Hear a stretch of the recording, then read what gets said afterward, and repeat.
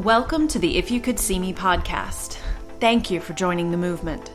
I'm your host, Erin Mahone. I'm an author, storyteller, facilitator, and mental health professional. I like to talk about big things, ask difficult questions, and challenge the ways in which we perceive ourselves, one another, and what's possible in the world. On this podcast, I speak to thinkers, makers, feelers, and folks fighting for change. You'll experience entertaining, thought-provoking conversations with people from all walks of life.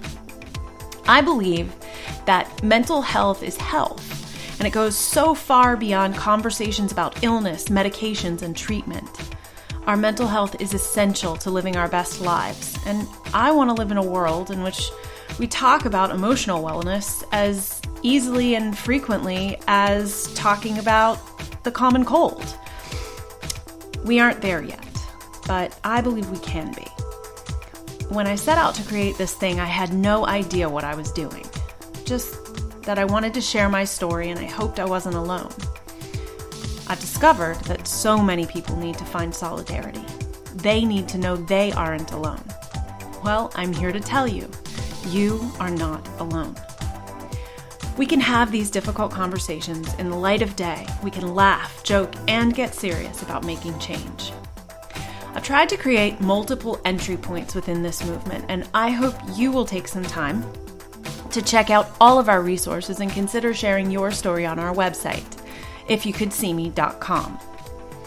There you can submit your story, find mental health resources, submit ideas or resources yourself, read the stories of other brave warriors, find out about future live events, and invite me to speak or give a workshop in your area.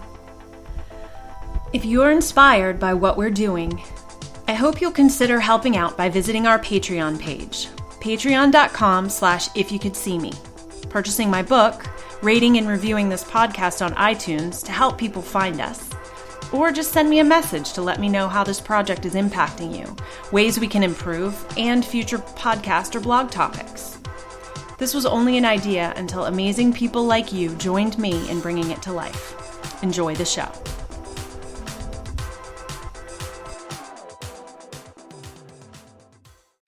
Today, I am so excited to be joined by the amazing Tammy Ozolins. She is a health and PE teacher from Henrico County Public Schools here in the Richmond area.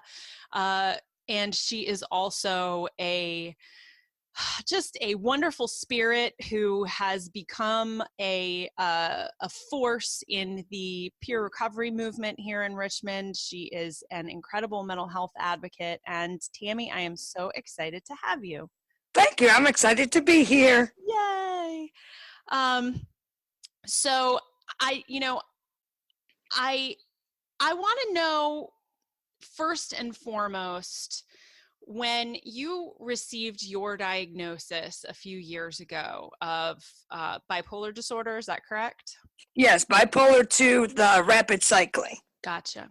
At what point did you decide that you wanted to start speaking out and, acting as a sort of example for other people? When was that moment that you decided, this is what I'm going to do? It was definitely the second time after I was hospitalized. I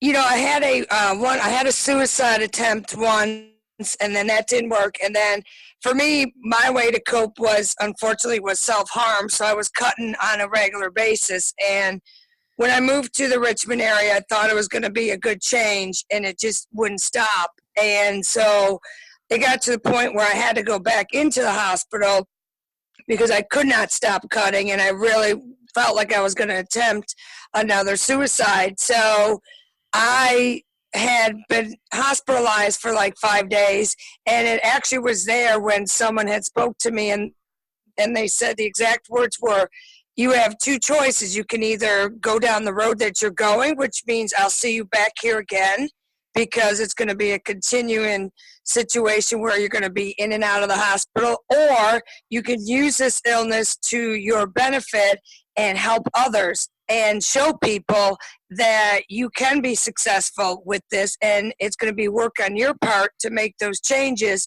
And that's when it hit me. I said, I can't keep living like this. So it was the second hospitalization that I realized, no, I got to make these changes.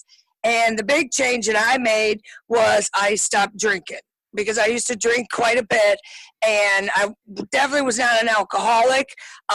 I would say I was more of a binge drinker on the weekends, and I said, this is ridiculous. Alcohol and a mental illness with medication definitely does not mix. So it was after my second hospitalization, I realized I want to make a difference for myself, but I want to show people that you can be successful even while you're living with and coping with mental illness. You know, the human mind is a fascinating thing to me, obviously. And, you know, I think all the time, you know, I speak to people and have had experiences in my life, often with individuals with a diagnosis, and they don't see the choice that, you know, that they have. And we often have conversations within this world about, you know, that the sort of victim mentality and the idea that, you know, I just want things to be different. And so, you know, I'm not going to take responsibility for my actions. And I know that I have been in that place before. And it sounds like you were also in that place before you got to this new place. When you're talking to people who have yet to reach that point, what do you say to them about the choice that we have? Because obviously we don't have the choice to, you know, not have a mental illness, you know, that we didn't get to choose. Right. But, you know, how do you encourage people, and what do you say to them when you talk to them about, you know, that moment for you when you decided to make different choices in your life to basically make the most of the hand you had been dealt? I tell them, like I said, it took me 2 hospitalizations before I came to realize I had to make a change. And I told them, when I speak to the patients that I go to, I tell them, first of all, it was kind of relieving that I had a diagnosis, because some of the stuff that I did was, I don't know why I did it. And now I had an answer of why I did some of those choices. But I also let them know that some of the things I did choose to do were me. I don't ever use my illness as a crutch, because some of those choices were my own. And I knew they were wrong, but I still chose to do them anyway. So I basically helped them understand it was not easy to change. And I do still fail. I mean, there are times that I do go back, and like the depression will hit me. Some days I do feed into it and I won't get out of bed. But I tell them I never stop giving up. That's the key. You're going to still have bad days. I tell them I may look normal to you on the outside, and you may think, man, that woman has everything together. But I don't. I still struggle some days. But again, I've learned how to use my coping skills, and I've learned that for me personally, it's okay to maybe one day let that depression hit me. Let me stay in bed that day. But then, damn it, I make sure I get up the next day. So to me, it's just, I tell them, you've got to find that fighter inside of you. And until you find that, it's going to be a struggle. But eventually you're going to find that. And it's hard for me to say to people, well, you'll find it tomorrow. It may take that person a few weeks. Right. But they're the only ones that can make that change. And I'm very fortunate enough where I have a family that finally, they understand the illness as much as they can, and they're so supportive, along with my friends. So I tell them, you know, make sure you're trying to find people that are going to support you, because to me, that support system, as I know with you, Erin, it makes a big difference. It makes you want to get up those mornings. It makes you say, you know what? I'm going to fight. You know, recently I just lost my daddy, and it's been hard. I could have sat in this bed for weeks now because I miss him so much.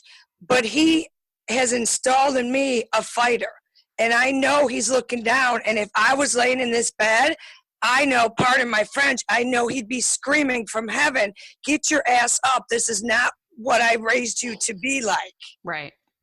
Right. It is amazing how, very often the only thing that gets me out of bed is, the fact that I have a family depending on me, and that I have, people like you that I work with, and that, I want to show up for. A lot of times it's just the fact that I have chosen to surround myself with people who expect me to keep going.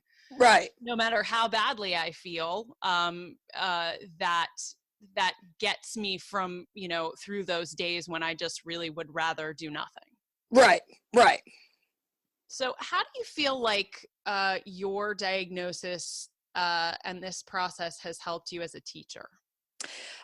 Because I teach middle school, and because middle school, if anyone knows about middle school, their hormones are like all over the place.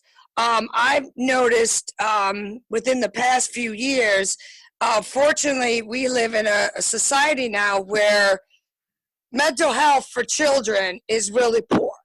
Right. I could call a doctor, and even sometimes for adults, like if I need to see a doctor, I'm very fortunate enough where I found one that I really like. But even when I'm trying to get into my counselor, sometimes it takes me a month before I can see my counselor. And for young adults and middle age and even younger, I guess from my understanding, it's even worse. So for me, I can see the signs of the kids, I think, more than anybody else can, because they don't have to deal with what I'm going through. Mm-hmm. I can kind of, I know some of my students or other students that I don't even teach, they'll come up and they will talk to me about some stuff. And unfortunately, being a teacher, we're kind of in a red tape area where I've got to be careful what I say.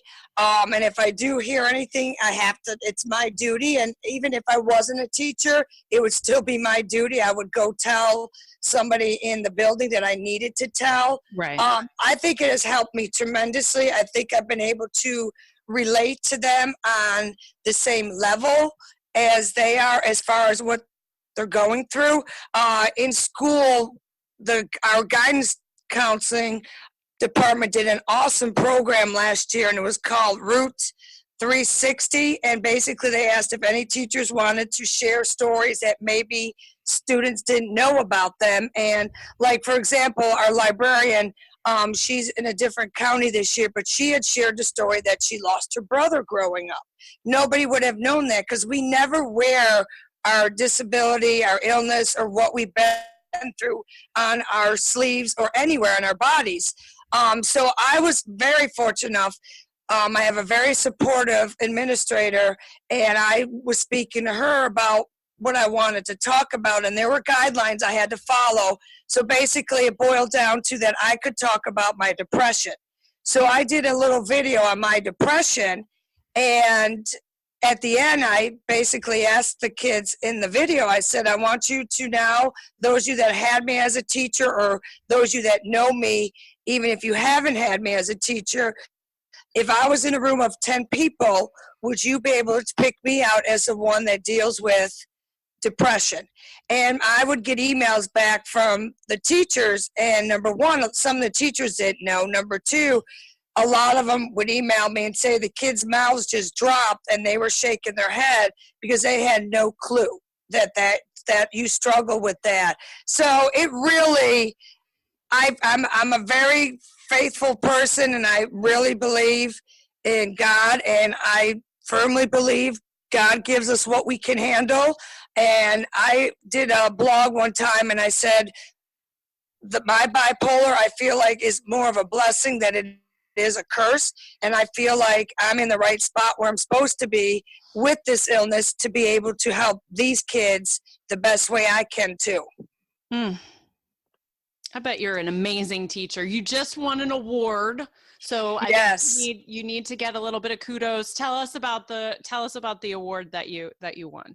I was named the secondary, so that's middle and high school. I was named the secondary health and PE teacher for the whole Henrico County this year. That is amazing. Congratulations. Thank you. It was amazing. It was amazing that my daddy got to hear about it before he passed away. I know my mom said that night when I told him, because he was, that's when he was starting to get even more sick. And she said, I was able to tell him personally on the phone, and he was so excited. But my mom said it was like that whole night, she said, that's all he talked about. Did you know she got that award? Oh my God, it's about time she got that. But and my mom said it just, yes. And, fortunately, he obviously, because he passed away before he could see me get it the other day. I know he was there. Right. But yes, it just, I love working with these kids. I recently, which I didn't share with you, but I'm going to share with you right now. I recently, as of right now, I think it's going to happen. I'm going to be on one of the board members for NAMI. They asked me to join to be kind of like a consumer, because I am getting a little frustrated with the lack of mental health for these kids. I think these kids are struggling because we live in a world of technology where, unfortunately, like when I was going to school, I'm sure when you were going to school, we didn't have all this technology. So we were able to communicate with each other. We were able to express our emotions better.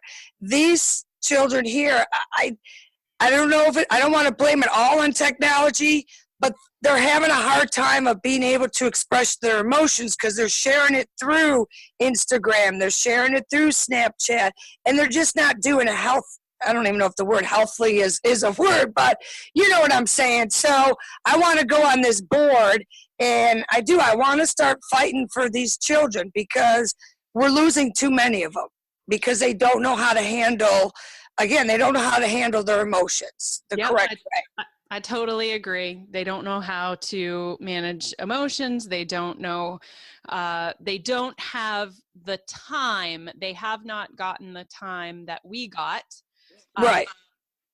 To learn the social skills and the navigation of the world that we did. Right. And I mean, by no means did we live in a gentle society that, sort of shepherded us along in a kind way. I do feel like, our kids are more compassionate today than kids were when we were younger. Right. I do feel like they have more empathy, but I also feel like that that empathy is countered with a lot of anxiety. Yes. They're afraid they're going to disappoint whomever, their parents, their teachers, everyone. It's a very strange time in which to raise children. I have 3 of my own, and they are, at this age. I have an 8th grader, a 5th grader, and a 3rd grader. So, they are right in the midst of the constant onslaught of technology, and everyone's always, on devices, and that this is how they communicate with their friends now, and this is how play dates happen, and it's never ending. And I love the fact, congratulations, that you're going to be a representative as a consumer, as a teacher, as a voice in our community for kids on the NAMI board. Thank you. Great work. Thank you. So I'm curious to hear your take on, I know that you intrinsically believe in the value of this process of speaking up and telling your story, and that you've gotten surprising and positive feedback from your students. But when you sit in front of a room full of other folks, I know that you go to Tucker's on a fairly regular basis. What is the response that you get from folks who are, maybe not quite, fully in their recovery yet? How do they feel when they hear your story? So far, Tucker is by far one of my favorite places to talk. It has been so positive at Tucker. I actually, when I leave Tucker, sometimes I feel like wow, I got more out of it than they did. Right. When my second hospitalization was at St. Mary's, and the nurse there, I swear, was an angel. It was fantastic care over there. And I have spoken at St. Mary's before. St. Mary's is a very smaller group. Tucker's, we usually have sometimes anywhere from 10 to 20 in there. But the response has just been unbelievable. We speak from 2 o'clock to 3 o'clock, and there have been many a times I haven't even left Tucker's past 3:30 or so because they want to talk to us after. Right. And they get so much from just hearing our stories. And even the nurses over there, we were real close with the one. I have not seen her recently. I think she said she was going to go on to do something else, still nursing in the psych, but I think she was building up to a different level. But she always praised us, and she just said when we would leave these clients or inpatients would tell them how much they got from our stories. And it would just, sometimes I would actually leave with chills because it's my story and we have to talk it as our point of view, because it's my story. But I don't know, I leave and I just get this whole feeling like, oh my gosh, I think I just helped somebody. Right. And I don't care who you are as a human, it is so awesome to help other people. I've always been, that's how my parents raised me, was always help others. And that's how I am. I always do more for others than I do for myself at times. But I love going there. And like I said, I haven't had one nasty comment. Now you will have some that we have to, sometimes they'll try to talk over us or take over the group. Right. But NAMI does a great job with their program through the training of how to handle those type of situations. But I have very few of those. Like I said, I get more excited because they want to talk to us after, because they've heard things in my story that happens to them. And ironically, a lot of it that I hear is family. A lot of them will say their family just don't support them or they just don't understand. And again, that's why I want to be on the consumer too, because how can we help more families get to understand that just because I have this illness doesn't mean that I'm not valuable, doesn't mean I should be less loved. And at that time, I always tell my family, like we have a rule in my house with my mom, and when my dad was alive, we had a rule where my mom said, if you don't even feel like talking, just please text me and tell me you're okay. Because if I go past like 2 or 3 days not talking to her, she gets worried. Of course. And so that's a rule that we have. And I will, and I have I'm very fortunate and very open with it. I will call them and I will say I'm having a bad day. But no, they absolutely, the nurses say they look forward to us coming. I love the fact that the nursing staff at Tucker's supports us, because they will tell the patients about us and say, hey, you've got to hear these stories. They're fantastic. And we've even had, with the one young lady that I would go with a lot of times, we've even had situations where if the patient didn't want to get out of bed, I remember one in particular, she was a young person. She was probably like 20, 21. She just didn't want to get out of bed. So we went to her room and spoke with her. Oh, wow. That's wonderful. Yeah. So, and she was having, and it always gives me a perspective of my life is not so bad. There are times when I think, oh my gosh, this is the worst day ever. My life is horrible. But then when like for this young lady, hers was I think she was either transgender or she was gay, and their family couldn't handle it. Right. And so it sent her into a depression. And I thought to myself, wow, my life is not so bad. Right. I have a supportive. So yes, I absolutely love going to Tucker's, and it's just been nothing but support from that whole hospital, and the patients are just wonderful.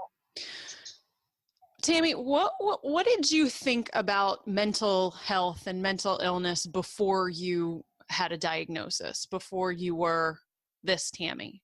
I I'm going to be quite honest and say I thought people were crazy. Right. When I would hear the word schizophrenic, which I probably butchered that, but I would often honestly think that that person was crazy, that they're going to kill somebody. And then when I would hear, because when I heard that term, I automatically thought they heard voices all the time.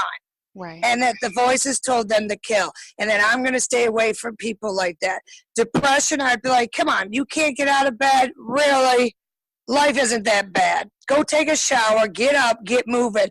And now that I'm dealing with one, I'm like, holy cow, Tammy, you really thought the worst. But I wasn't educated.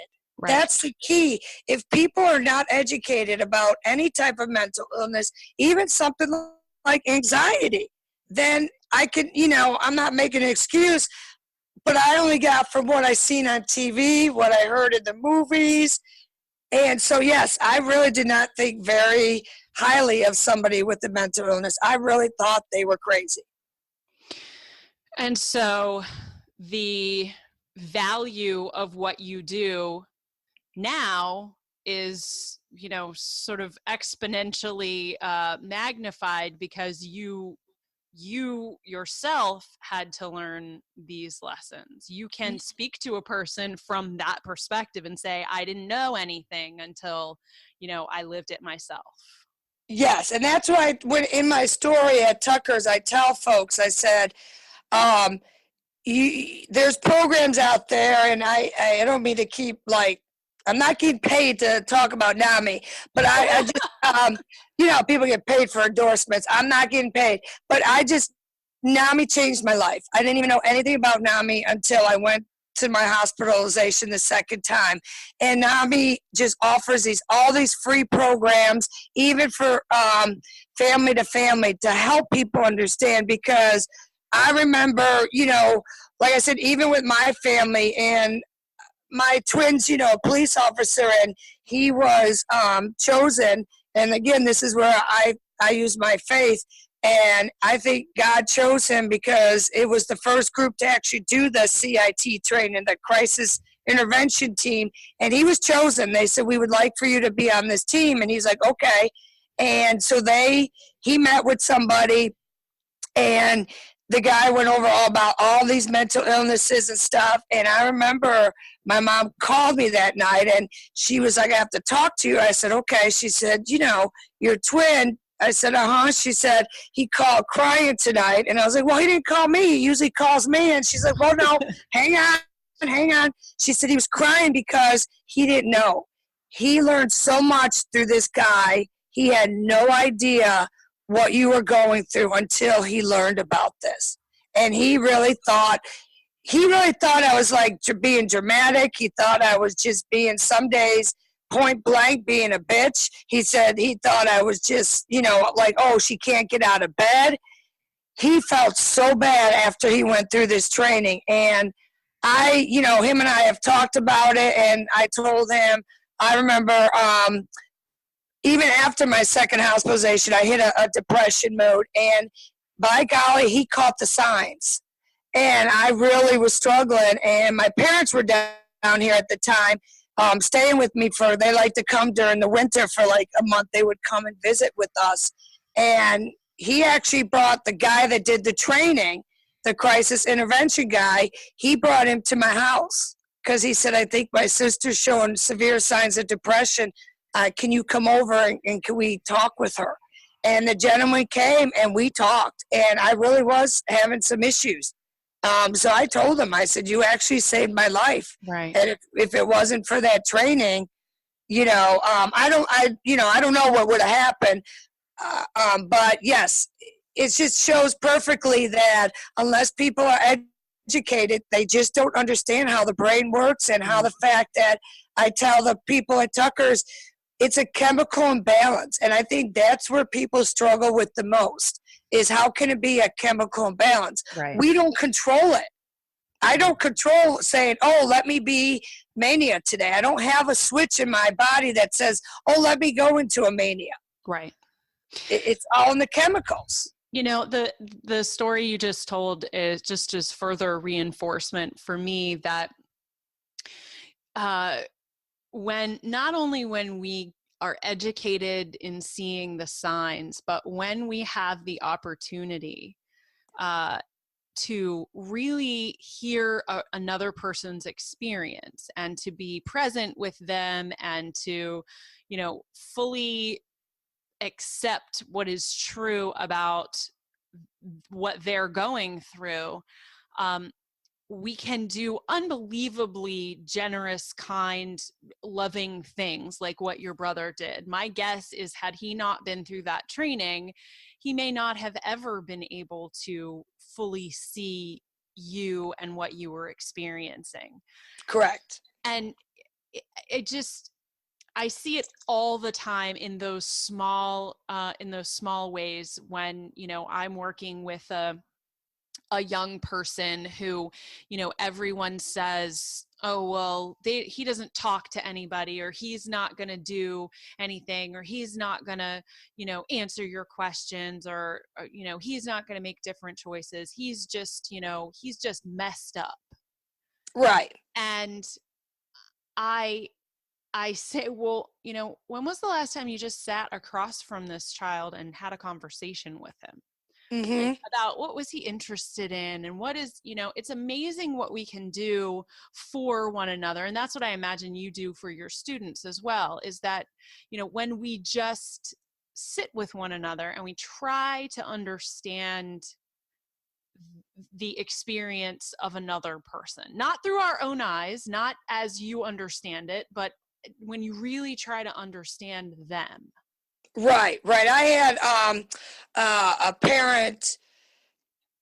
Her son goes to my school, and then another parent, an older one, went to our school, and she was talking to me about some stuff, and I actually saw this former student, and we were talking, and I just told the former student, I said, listen, I said, I know what's going on. I said, if you need anyone to talk to, you could talk with me. I said, you can, you want to meet for coffee? I said, I don't drink coffee, but we, want to meet for iced tea or whatever. I said, whatever. I said, feel free. I just wrote a letter to another colleague of mine. Her two kids are struggling, and so I wrote them a letter. I actually got permission first, because I told this person, you're the parent, I'm not the parent. And I actually had this person read the letter, and I said, again, you're the parent. If it's too much, then don't give it to the end. She was so grateful, and she gave it to her two kids. Any way I can help is to me is the best way I could do. I love working with kids. Obviously, I wouldn't have been a teacher if I didn't. I really worry about this generation. I really worry about, I know personally my nephew, my twin just called the other day because he didn't pass his math SOL, but he was able to retake it and he passed. But I know even my twin was worried that he wouldn't be able to move on to high school. That's a lot of pressure for these kids. Yeah. It at a young age. I know even me personally, I told them even my students, I told them, listen, I put a lot of pressure on myself when it came to testing. I mean, you've grown to know me, and I'm sure you figured out I'm a very type A personality. And I even still put a lot of pressure. And as an adult, it's tough. I can't imagine what it'd be like going into an SOL testing, having to try to pass at an age 12, 13, 14 years old, and wonder why these kids have so much anxiety the way they do. Because like you said, it's all this outside pressure they're feeling. And that's why I want to help them. I don't want them, we're fortunately, not only are we dealing with these young kids being diagnosed with mental illnesses, we're also dealing with the epidemic of drugs on top of it. Right. And we're just losing too many young adults and young kids to something that I feel like we should, as a nation, be helping them more with. And I don't know how. I'm hoping going on the board or just hearing people listening to my story, we've got to make a change, because it's not getting any better. It really isn't. Yeah, it's such a complicated uh, set of circumstances, and I think about it all the time, and I wonder, there's no magic bullet. We can't continue to put this level of pressure on our kids and not we can't continue to put the level of pressure on our kids, but we also don't equip them with appropriate coping skills. And Exactly. we are all societally sold a bill of goods about what our lives are supposed to look like and what we're supposed to want and what we're supposed to be good at. And it is absolutely not realistic for a large swath of our population to fulfill those unrealistic expectations. And I just don't, the only thing that I can say is that the answer is in what we're doing, as far as I'm concerned, and that's not Right. that's not ego. That's simply saying when people are forced to slow down and be present with one another, they understand that that's really all there is. It's not about the striving. It's not about the stuff that we're supposed to get or that we're supposed to be working toward. It's really just about people sitting across from one another and being together and building relationships and finding that kind of love and acceptance with one another. There is a fine line between, tough love and making excuses. Right. Right. Oh, yeah, there definitely is. And, like I said, speaking of coping skills, that's one of the sections that I go over when I tell my story. And I tell the patients at Tucker's, I tell them, you have to change your coping skills to the situation you're at. I said, I love listening to music. That's one of my favorite things. I said, I even listen to Christmas music. In July, I've been listening to it now. There's a Christmas song. It's called "Where Are You Christmas" by Faith Hill. It was from the Grinch movie when Jim Carrey was the Grinch. Yeah, I know that song. I like that. Yes. Well, that's mine and my daddy's song. And so I've been listening to that quite a bit. And because, again, it's helping me cope. But I told the patients, I said, everyone's coping skills are going to be different. And I have to sometimes change my coping skills to the situation that I'm in. I said, so I have a set of coping skills that I use regularly. I said, but then if they don't work, I've got to find new ones or just change what I'm doing about coping. And one of the big coping skills I use, as you saw, was getting that tattoo. Right. And there are days that if I'm, struggling, I just look down at my tattoo that says strength, and I look at it and I remind myself, yes, I do have the strength. Because I tell the patients, I said, again, I feel like I said, I'm in recovery. And it takes a lot of work to stay in recovery because it would be so much easier for me just to go back to the ways. Maybe it would be easy for me to go back to drinking. Maybe it'd be easy for me just to stay in bed.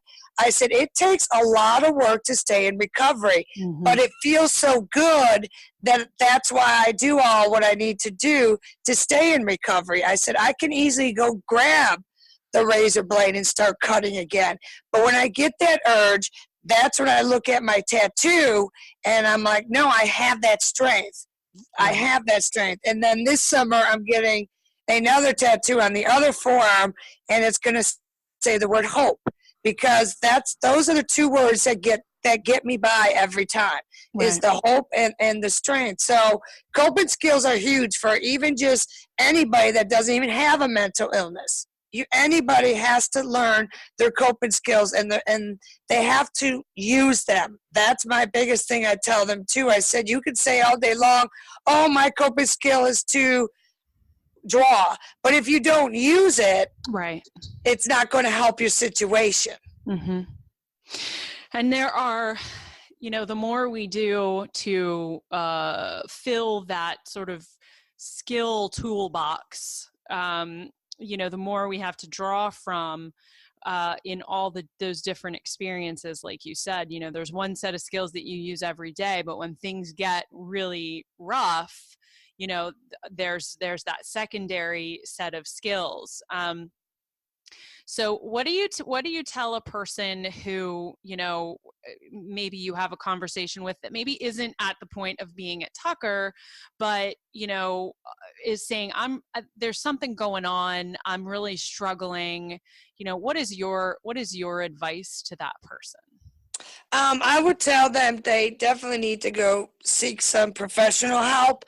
And I know that's hard for people too, because that might, for them personally, it might be admitting that they might have something wrong with them, and Right. that's a tough pill to swallow for anybody. But I'm not a professional, I tell them. But they need to go seek somebody, as far as either a doctor or a counselor, or I help co-facilitate a support group. And those groups are fantastic because that's where you could just come in and just lay all your problems on the floor, basically. Right. And everyone's there to support and listen. And it's not necessarily, okay, you can only come to this group if you're living with and dealing with bipolar and anxiety. No, we have people that have all sorts of issues that come to the support group. Right. Because that's what it's called, a support group, to help people. But my advice would be definitely that they would need to go seek some professional help first. And that might be even just going to their family doctor. Right.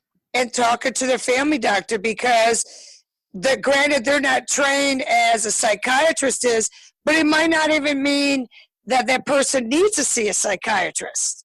That family doctor might say, well, here's some support groups, or why don't you try this counselor? Because the key to me for mental illness or any type of mental disability is getting that treatment as soon as possible. Right.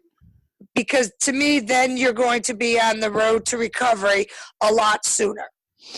In my experience, when I finally decided to, take control over my mental health as much as that's possible, I and going to a doctor, and for me, getting on medication was really important.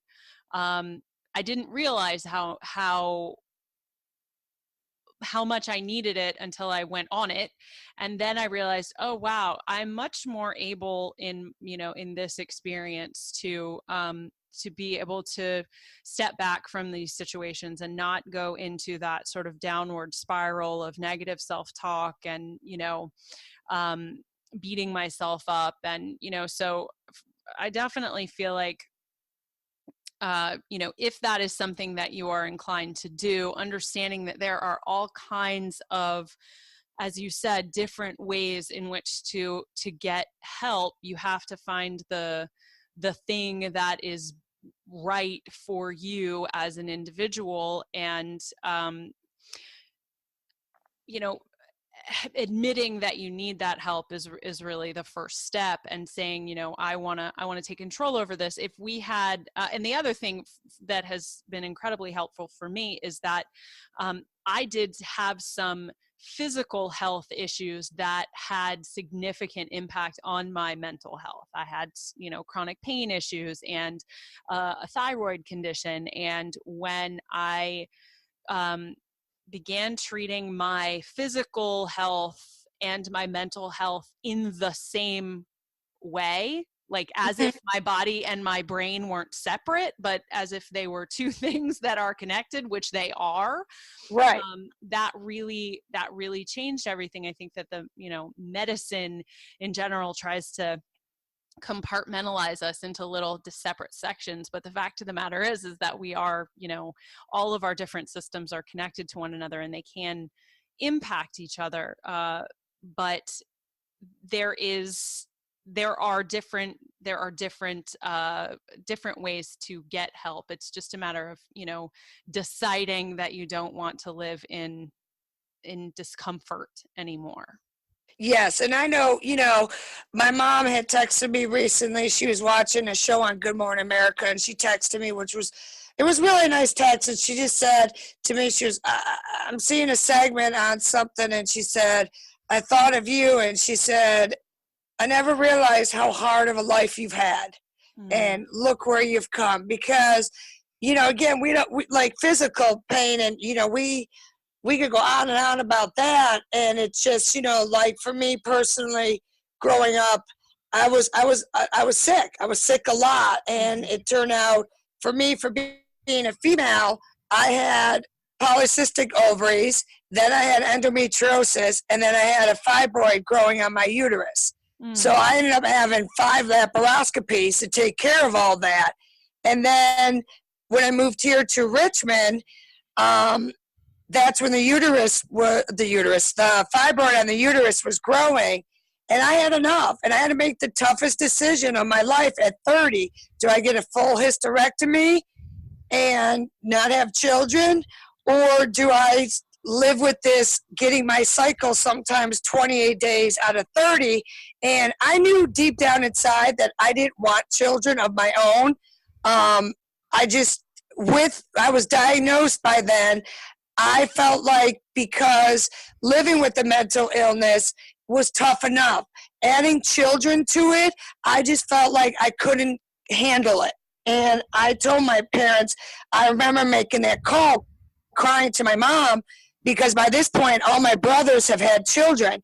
And I told my mom, I said, what I'm scared the most of is not giving you and daddy grandkids.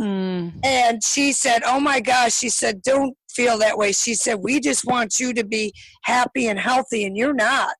I said, no, I'm not. So I ended up having a full hysterectomy at 30. And so my body's been in surgical menopause since 30. And it hasn't been an easy road for me. A few years later, I ended up having a tumor on my liver. So they had to cut half of my liver out to get to the tumor. And it's just been, like you said, one thing after another for me physically that has always affected me mentally. But one thing I do tell the patients is, and anybody I tell them, you are in charge of your treatment plan for your mental health. And I was seeing a psychiatrist that I felt like did care.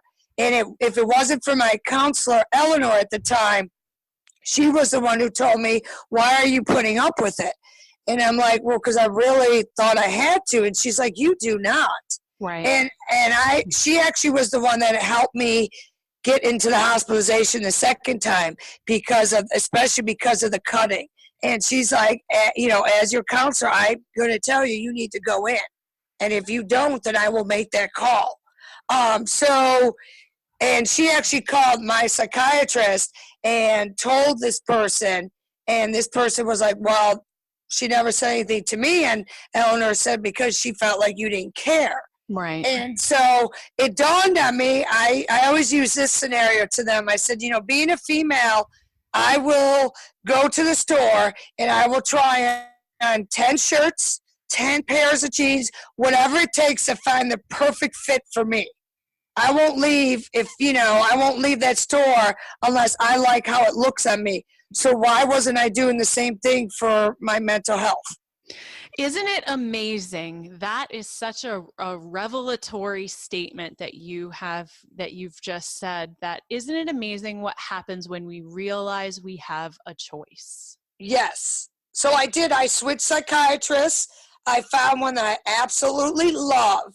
And then Eleanor unfortunately passed away during our treatments together, or sessions, I should say, together, because she ended up having cancer.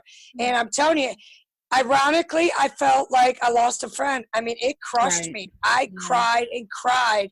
And then I ended up going through 2 other counselors before I found the one that I have now that I really like, because it still was in the back of my head. No, Eleanor's right. I am in charge of my treatment plan. And if it's not the perfect fit for me, then I'm not going to keep this person. So now I found both fits, a right counselor and a right psychiatrist. So I use that story with my patients a lot, and I tell them, you've got to find the right fit. Again, I'll go to the store and try on 10 pairs of jeans. Why wasn't I doing that for my mental health? Right. Yeah. And that's what I do now. And, I tell them I use personally, and I've shared this with you, I use personally a lot of humor.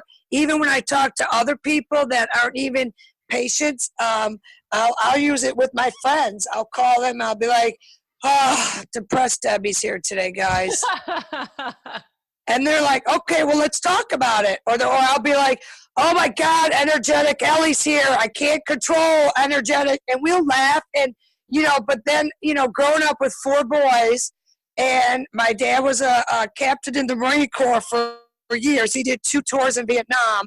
And he actually then became a special ed teacher, which is where I got my teaching roots from. And all my brothers are big, except for, my one's only like 5'6", a poor kid. But, the rest are like 5'11", 6-something, 200. And we laugh because there's one personality that they will not mess with. And my other second oldest brother was a Marine as well, and he was at the Desert Storm. He went over there and fought in the war over there. But there's one personality, and they'll catch it, and that's Brianna the bitch. When she's here, I've never seen 4 big guys run out of the room so fast, because they'll be like, is Brianna here? I'm like, yes, she is.